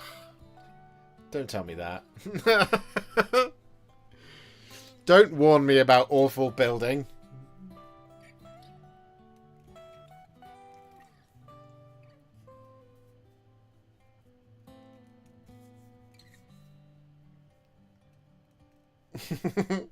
I won't want to do it then. You'll plant that in my head and I'll be like...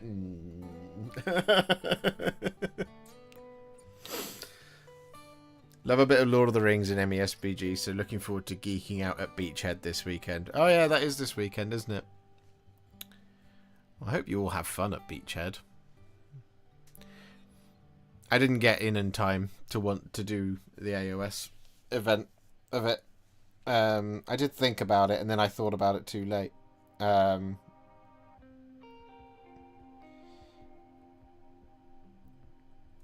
Both in terms of ticket and also time.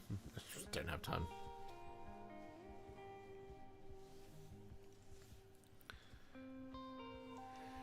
If it makes you feel better, the bit is so small you probably won't notice if you don't glue it on.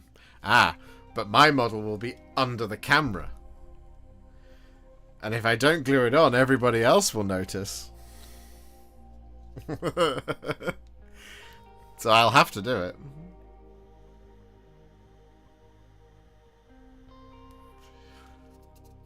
Building has never been the problem for me. Painting is procrastination hell, though. Building for me is... I don't like it. I don't like building because I don't like how it is it's more difficult for me, for my skills. It's more difficult for me to correct a bad build than it is to correct a bad paint job.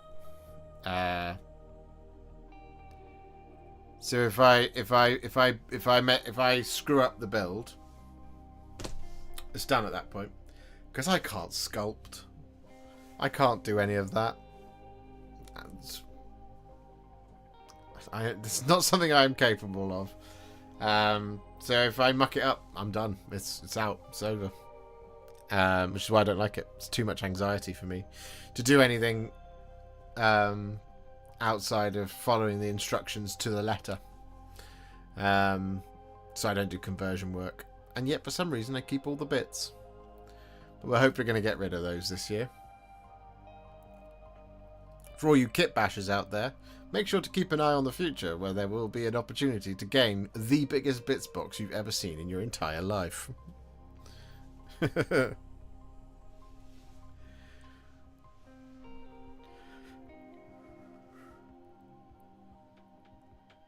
Think of most of the things that have come out in the last year and a half, 2 years.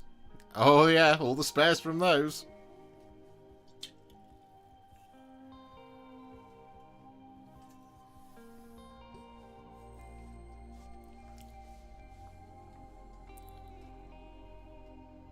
It's a lot of bits. How many bits? I would go out on a limb and say probably somewhere in the region of over 1,000.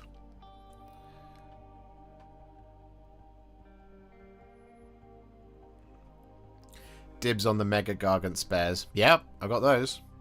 I have spares from 2 Mega Gargants. I'm pretty certain. Should have them. I think they're in the big box downstairs.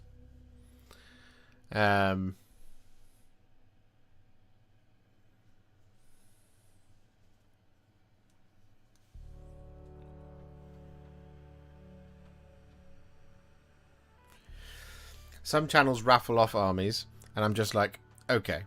Then I hear a big bits box and I get excited. I don't even kit bash much, mostly just plan to and hoard bits. Oh yeah. I'd say take a list that is fun. If it wins, great. If not, don't worry. Just play things that look cool and makes it fun.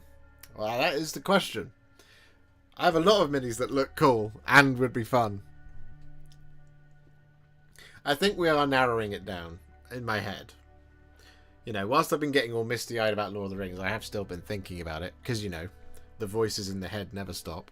And, you know, I think we've narrowed the field mostly to probably about 17 of the 19 factions I could take. Do you organise your bits, or are they all just in one big box? So that is a job I actually need to do, Woodrow McWood. Basically what I need... I bought some... They're over there. I bought some little plastic bags to basically go... Right, so we've got the spare bits from Gordrak. We'll clip those off, put them all into that that little baggie, and then that's the Gordrak spares. So more Crusher spares. So it's things like the Mega Boss has got his big... There's the big spear thing, and then there's the extra... weapon, and there's a different head and all this kind of thing. All that's there, so that's all on sprue. What I need to do is go through and do it. That is time, though. That is time that needs to be taken to do that. So what I need is like just a space in the schedule to sit and be able to go through and actually at least make a start. At the moment there is a ginormous box with all the sprues in it, and then various other boxes scattered around with a bunch of sprues in them, and then various other boxes on top of that also with a bunch of sprues in them.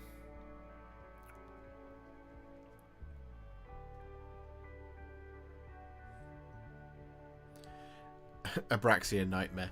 Yeah, it's a possibility. It's just I do have to build and paint 3 more Varangard, which is quite the undertaking, because the last time it drove me insane.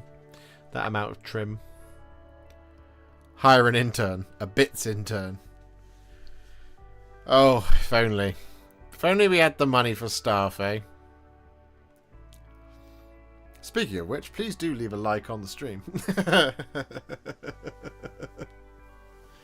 What faction are you taking? Ah, well, so, Wargunner 28. Let me list them off for you. Here are the options to choose from. Out of the box, as it stands right now. Stormcast Eternals, Sylvaneth, Cities of Sigmar, Caradron Overlords, Daughters of Cain, Lumineth, Seraphon, Maggotkin of Nurgle, Disciples of Tzeentch, Hedonites of Slaanesh, Blades of Khorne, Slaves of Darkness or Skaven, Gloomspike Gits, Cruel Boys, Iron Jaws, Sons of Bahamut, or Flesh Eater Courts, or Soulblight Gravelords. Take your pick. I think my sprues are taking over the house. I keep thinking I will use them to make bridges for my Necromunda board, but I never do. Yeah, there is a huge box downstairs of sprues, which I need to sort out. I just need to go through and just go, what's this for? That's Vanquishers. Right, clip everything off, put it into a bag. That's the Vanquishers box. I still have all the things like from my Imperial Knights. I still have all of those sprues, I'm pretty certain. I've got my Chaos Knights sprues here somewhere. There's things like that. There'll be Slaves to Darkness bits all over the place, I'm sure. Even just within arm's reach, there's... well, there'll be 2 Rogel Dawn's worth of stuff, 2 Leman Russ worth of stuff, and a Baneblade kit's worth of stuff. The other guns from the Siege Cannon, from the artillery team for the Death Corps. The leftover bits from the 1 set of Death Riders I've done. 2 boxes of Death Corps of Krieg. We've got the leftover bits from them. Leftover bits from a box of Kassakin, to say the least. So on and so forth. Rough Riders, still got those as well.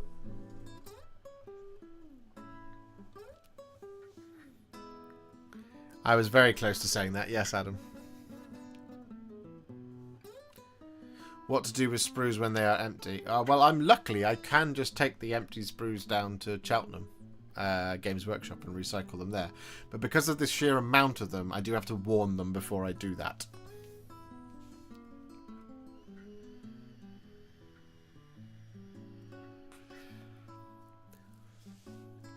Hear me out. For the trim, do it first. Paint the dark metal colour. Dry brush the light metal colour. Highlight more if needed. Paint in the armour panels. Easiest way to paint any type of chaos. That is certainly one way of doing it. It's not the way I like to do it, because I like my highlights to be super crisp, especially on chaos trim. The reason being is that the inside edge, when you get the inside edge super crisp and tight and narrow, it gives it means you don't then have to do a highlight on the inside panel of the of the armor for it to look encased. And what it does is it makes the trim look sharp and dangerous. Whereas dry brushing, whilst you can do it, it gives you a much softer highlight, which is why I don't like it. It also works sort of, not across the whole model. It will work on legs and shoulders, but when you get to like the little bit under the tummy, what you end up doing is you end up dry brushing the metallic onto the flat panel, and then you have to correct the flat panel if you're then going to use contrast paint. And you shouldn't use contrast paint at that point. You should just go over the top of it with base and layer paints. And at this point, we're no longer doing contrast plus paint, which is why I don't do it. That's the moving it back. Hello, Dan. A hurricane storm surge at my parents' house in Florida claimed a lot of my bits. I hadn't had a chance to chip out yet. Luckily, clipped out some rare ones last time I was there. Oh, I'm sorry, Mini Creative.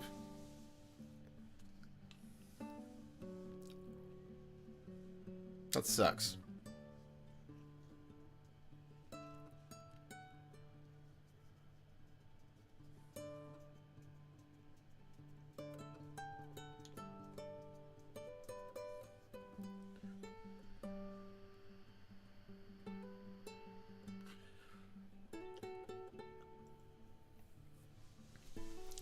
I also think, based on what you're saying there, Crotum, it definitely is a way to do it. But for me, I will end up having to, because I'm doing contrast painting, I'll end up having to correct most of the trim anyway. I'd rather not have to correct the trim, because I'd have to go back in, relayer it, reshade it, rehighlight at that point.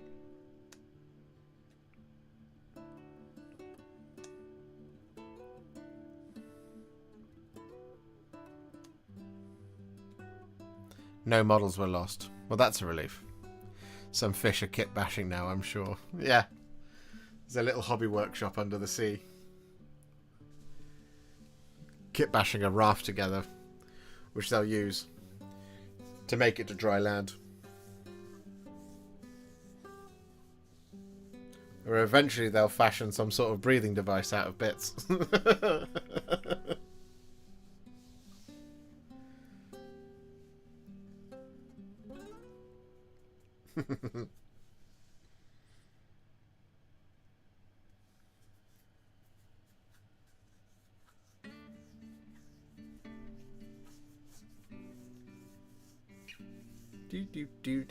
do.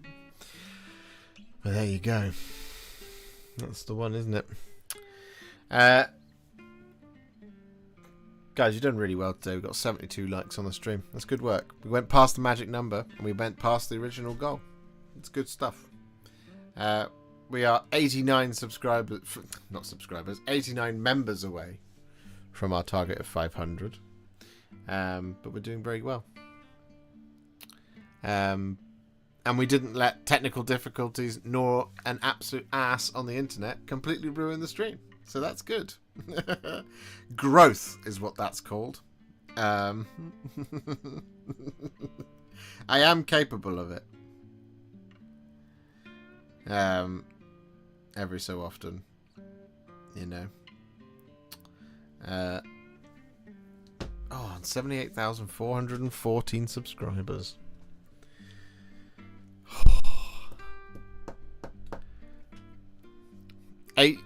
80 doesn't feel that far away. 80k. 100 still feels unattainable. I'm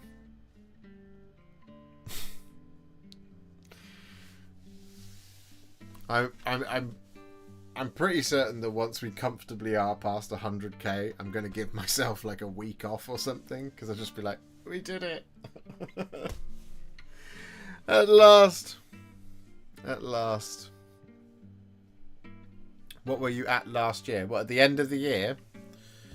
The number that we ended on, 2024.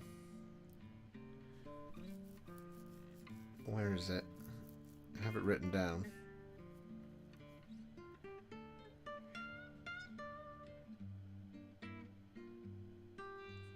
We finished last year on 75,680.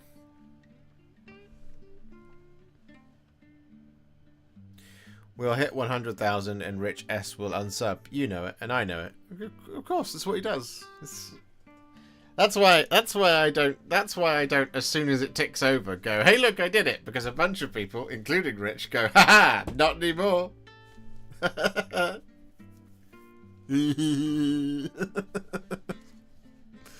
it's really funny.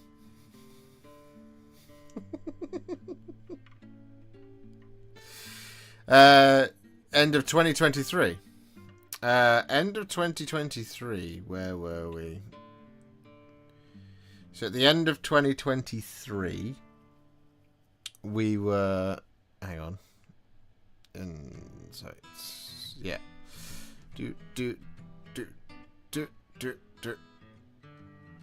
Yeah. So 2023, we finished on 54,453.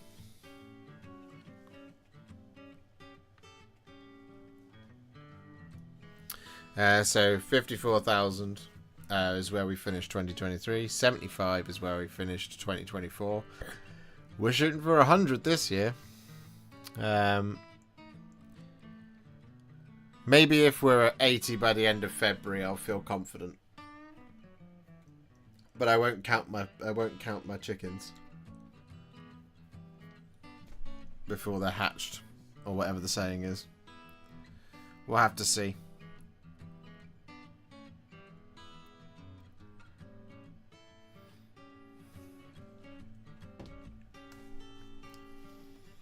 We'll either hit it like at the end of the year in December, or it'll be like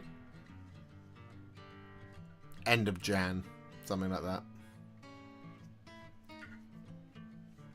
Should aim for 75k this, what, double the channel to get to 150. That would be significant amounts of growth that we've never experienced on the channel before. I'd have to go viral for that to happen.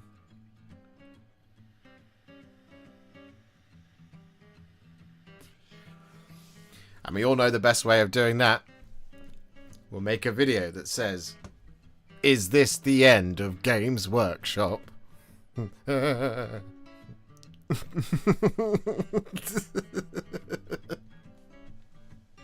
Sorry. Is this the end of Games Workshop? I contrast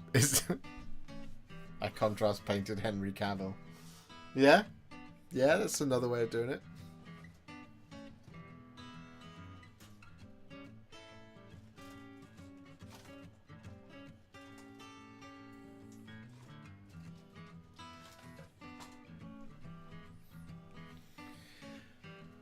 The best thing to do would be to somehow get in touch with Henry's people and pay his fee for him to come and just be on a video.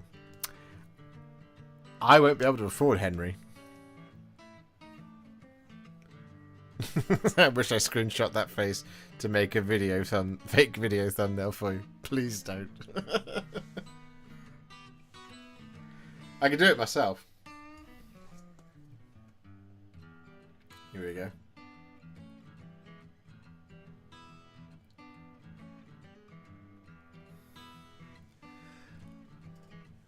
Black Library allegedly wanted to pay him £50. Where's that story come from?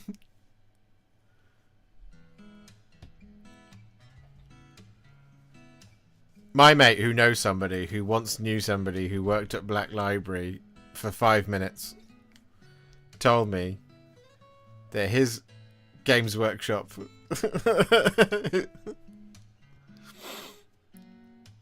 Why did I pay him £50?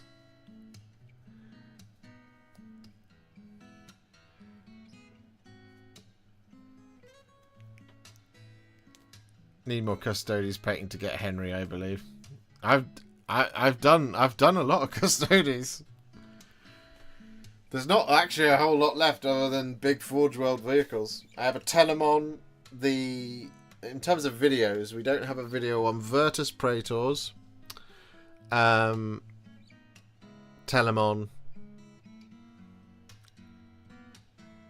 Sagittarum, and then the Aquilon Terminators and the jet bikes, and then it's just the Ares and things like that. I mean, we've done the rest of it, to be fair. It's all here on YouTube. Oh, and we haven't done the new plastic shield captain either, because he came out in a Battle Force, and Games Workshop didn't send me the Battle Force. But I already have just an obnoxiously large amount of custodies. Oh, and we haven't done the little tank either, or the big the Cerastus? No, not Cerastus. The troop carrier. Can't wait for EC, to be honest. They're gonna be fun, that's for sure. I'm interested to know what the timeline is on them, because it can't surely be that much of a big of a gap between the army box and the rest of the range. I would guess it'll be like a 3-4 week gap, something like that. So kind of similar to the Deathcore. When Deathcore came out, what, 3 weeks ago? And now the rest of it's going on pre-order on Saturday. So 2-week pre-order. So maybe a 5-6 week gap between Fulgrim and the rest of it. I saw scalpers already posting listings on eBay. Oh, well, I mean, that doesn't surprise me. Should be out to influencers already. Valrak only states facts. Well, where's mine? If that's the case.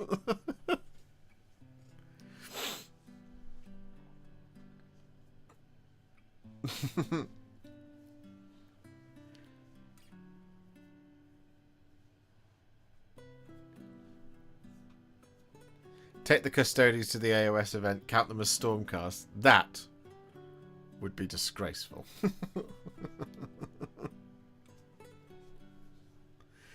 No.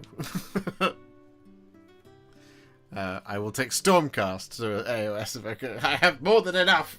I don't need to take a custodians army. Not when I have, what, 8,000 points of Stormcast. Anyway, so I have a lot of models. And you might be able to get a chance to own some of them this year when we do our bring and buy sale. Our yard sale. Car boot sale. Thought it was going to be a Valentine's Day. They'd be cutting it fine if it was going to be a Valentine's Day release. If they were going to send it out to influencers. 15th of Feb. It was a Saturday. But no. Well, it might be. I don't know. I haven't got it. So, there we go. But anyway. It is now 10:30, so it is time for us to conclude tonight's proceedings. So, yeah, I will be back tomorrow with another painting video, back on Friday with another painting video. On Saturday there is another video, but I can't tell you what it is. And on Sunday we will be back with Tale of Many Warhipsters Season 3. And that's it for this week. Just, you know, content every day. Bunch of stuff for you. Always, all the time. Good night, everybody, and I hope you have a lovely rest of your week. If I don't speak to you before Sunday, or if I don't speak to you on Sunday, I'll see you next week on Monday. Hand of farewell. Love you, chat. I will see you all very soon in the next one. Have a great one. Bye for now. Bye.